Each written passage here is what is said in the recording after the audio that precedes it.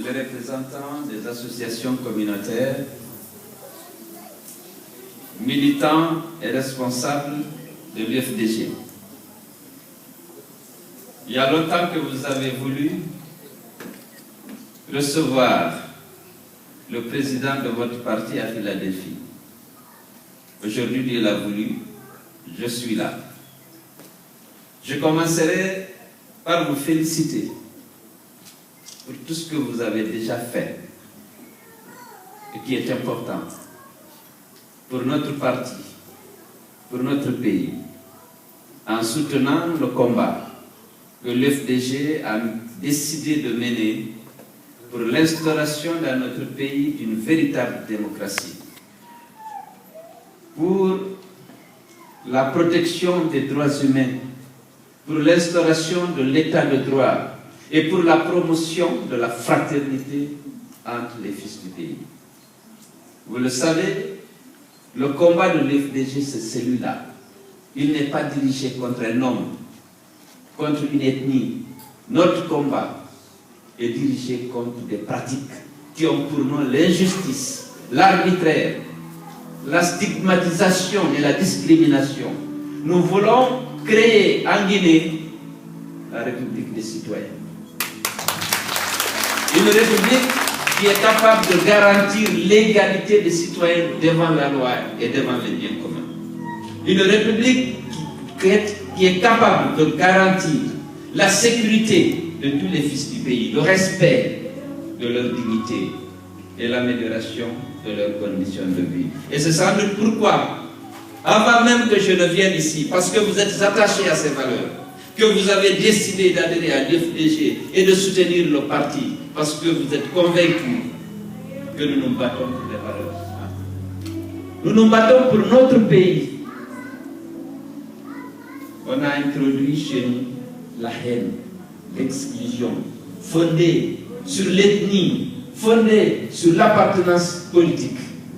Nous voulons détruire ces pratiques et instaurer à la place la République des citoyens, une République soucieuse des droits humains, soucieuse du bien-être du peuple, soucieuse de la fraternité entre les fils de ce pays qui ont longtemps souffert, bien sûr, de la misère, de la malnutrition et de la faim, bien sûr du manque d'électricité, du manque d'eau, du manque d'infrastructures modernes, mais surtout de l'injustice et de l'arbitraire. Ça, c'est le fait des hommes. L'absence chez les dirigeants d'un sens élevé de responsabilité et de solidarité vis-à-vis des plus vulnérables, vis-à-vis du peuple de Guinée. Il faut qu'on change. La Guinée ne peut pas continuer à végéter dans la misère, dans un contexte de haine et d'exclusion des autres. Nous ne voulons pas ça. Et nous avons décidé de mener le combat comme c'est pratique. Et je vais vous inviter encore une fois à favoriser le rapprochement des Guinéens, de toutes les communautés. Personne d'entre nous n'a choisi d'être Guinéen. Nous sommes nés. On a trouvé qu'on est Guinéen. C'est un fait de Dieu qu'il faut accepter et respecter en respectant les autres. En essayant de détruire la méfiance et la haine pour instaurer la confiance et la fraternité. C'est possible, il suffit qu'on le veuille. Il y a des gens qui ne le veulent pas. Nous allons les combattre. Nous ne combattons pas l'individu, mais c'est les pratiques qui sont de notre ère. Et l'UFDG aujourd'hui, nous sommes en train d'avoir raison, parce que les gens ont compris. On avait inculqué à des citoyens guinéens la haine contre l'UFDG et ses dirigeants pour gagner des élections. Oui, lorsqu'on lutte pour gagner le pouvoir, on doit se battre, mais il faut respecter un certain nombre de valeurs. L'éthique, on ne peut pas cultiver la haine, la discrimination ethnique, comme le RPG a fait pendant la campagne, avec l'empoisonnement bidon inventé de toutes pièces pour susciter la haine contre l'ethnie dont l'adversaire était le ressortissant. Alpha Condé a inventé avec son état-major l'empoisonnement et ils ont fait le diagnostic. C'est les peurs qui ont empoisonné les autres. C'était absolument faux. C'était juste pour susciter la haine et la méfiance vis-à-vis de son adversaire qui redoutait tant. Mais comprenez, j'ai 44%, il a 18%. Et il veut gagner. Il fallait qu'il utilise des méthodes comme celle-là, l'ethnocentrisme, le tribalisme, la chasse à l'homme organisée à Sigri, à Kouroussa, partout, contre les ressortissants de l'ethnie de son adversaire, pour que les gens ne votent pas. On va chercher le pouvoir, mais on ne veut jamais, l'UFDG n'utilisera jamais le tribalisme et la haine contre des citoyens guinéens avec lesquels nous partageons une histoire riche et avec lesquels on veut bâtir une société démocratique, une société de paix, de justice et de fraternité. Nous n'utiliserons jamais le tribalisme et nous le combattrons. Même si nous avons été victimes, il faut refuser de tomber dans le piège du tribalisme. C'est mauvais pour la Guinée. Nous sommes des musulmans. On dit tous les musulmans sont des frères. Mais au-delà de la religion, les Guinéens, c'est les Guinéens, nous sommes tous des frères. Personne d'entre nous n'a choisi d'être Guinéen. Il faut qu'on accepte ce fait de Dieu et qu'on respecte les autres avec qui Dieu a donné la Guinée en partage. Ce pays verdoyant, ce pays beau, ce pays riche. Pourquoi tant de haine pour la politique, pour être élu? S'il faut être élu par la haine ethnique, je ne veux pas être élu. Je veux être élu sur la base des valeurs républicaines. Je veux être élu sur la base des valeurs républicaines pour instaurer les valeurs de la République qui rassemblent les Guinéens, qui instaure une solidarité, une fraternité entre les fils du pays. Vous le savez, l'UFDG, il faut que nous soyons prudents. Il ne faut pas tomber dans le piège du tribalisme, c'est mauvais. Dieu ne veut pas du tribalisme. Nos convictions sont contraires au tribalisme. Nous avons, vous le savez, l'UFDG s'est illustré dans le combat pour le rassemblement des Guinéens. Même si nos adversaires ont créé la fausse perception qu'on était un parti ethnique, vous savez que dans la réalité, l'UFDG est le parti le plus transversal, le parti qui rassemble tous les Guinéens de toutes les régions, de toutes les ethnies. Vous le savez, la direction nationale du parti est là, les organismes du parti est là, les députés qui sont à l'Assemblée, élus, les députés élus, sont de toutes les ethnies et de toutes les régions. Vous savez, ce combat, nous l'avons illustré lors des élections législatives. Lorsqu'on a présenté Guessira Traoré à Mamou comme candidate de l'UFDG, les gens m'ont dit ne représentez pas une Malinké, elle va perdre parce que les peurs ne voteront pas pour le Malinké. J'ai dit si on doit perdre, on perdra. Mais c'est Guessira Traoré qui sera notre candidate de l'UFDG parce que nous ne sommes pas contre les Malinké, nous ne sommes pas contre une ethnie. Notre combat n'est pas dirigé contre une ethnie. Il n'y a pas d'ethnie mauvaise. Il y a des citoyens mauvais dans toutes les ethnies et il faut combattre les mauvais d'où qu'ils se trouvent, même dans votre communauté. Il faut les combattre. Nous avons besoin des hommes vertueux qui croient aux valeurs de la République, qui croient à l'unité de la Guinée, qui acceptent la diversité de la Guinée et qui sont prêts à préserver cette diversité et de développer la Guinée avec cette diversité qui est plutôt une richesse qu'un handicap.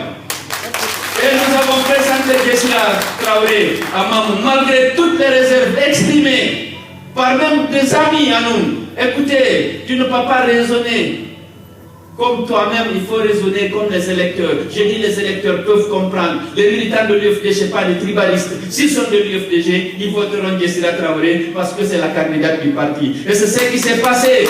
Guessira a écrasé ses trois adversaires qui étaient tous des Sédianké, issus de la famille de l'Almami. Les gens ont suivi l'UFDG et ont rendu hommage au parti et ont combattu le tribalisme en votant Guessira Traoré. Elle a été élue. C'est ça l'UFDG.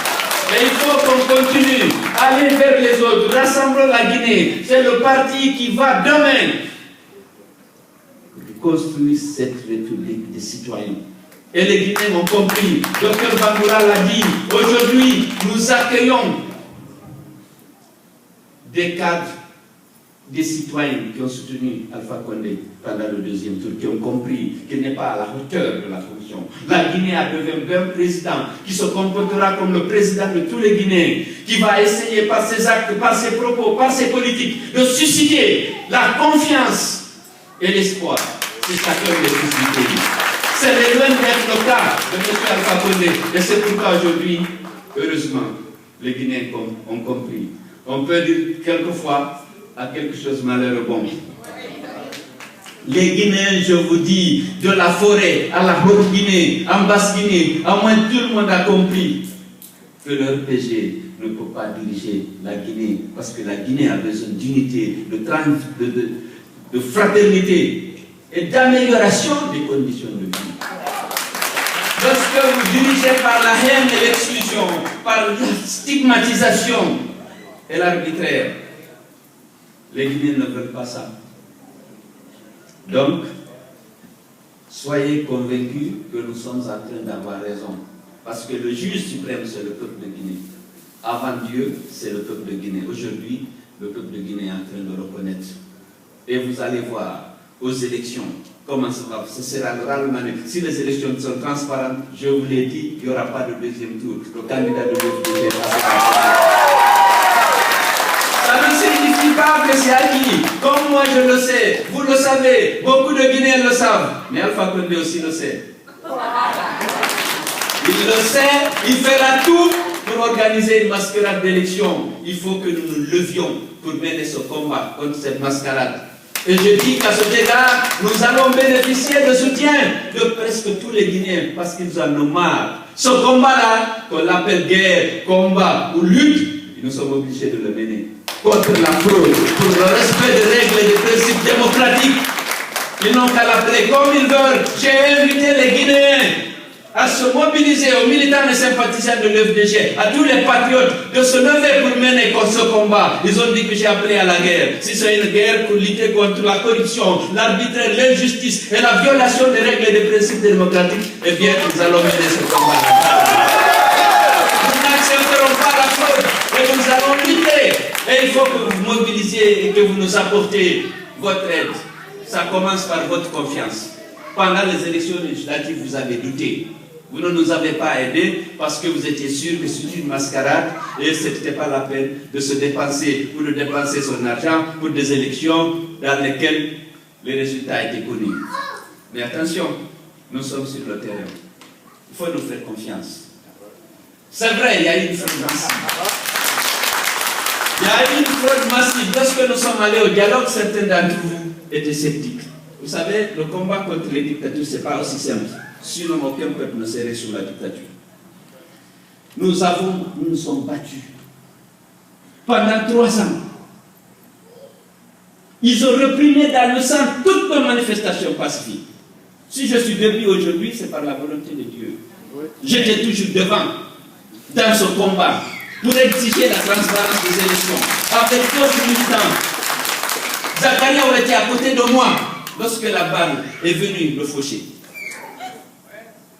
Nous nous sommes battus. On a perdu 57 jeunes dans le combat. Plus de 1400 jeunes et vieux interpellés, jugés et arbitrairement condamnés. Des handicapés à vue. Nous sommes d'avis, nous avons dit non. Nous refusons d'aller dans une mascarade d'élection. Et sous la pression de la communauté internationale, on dit bon, allez au dialogue pour discuter des conditions dans lesquelles vous allez aux élections. Certains ont dit non, il ne faut pas dialoguer avec Alpha Condé. Si. En ce moment-là, nous avons demandé et obtenu que le secrétaire général des Nations Unies nous envoie un médiateur pour superviser le dialogue. Nous avons obtenu. Nous avons demandé et obtenu que la communauté internationale signe l'accord, parce que nous n'avons pas confiance à Alpha Condé et à son gouvernement. On l'a obtenu. Nous ne pouvions pas dire qu'on ne dialogue plus. On va continuer le combat. À chaque manifestation, nous avons des morts. S'il y a une opportunité pour obtenir ce que nous revendiquons, sans aller dans la rue, mais nous le ferons, c'est ça la responsabilité. Vous appelez les enfants, ils sortent, ils ont du respect pour vous, vous suivez toutes vos consignes. On vous dit non, arrêtez les manifestations. Allez au dialogue. Vous êtes responsable. S'il y a une option pour éviter l'affrontement, mais vous allez au dialogue.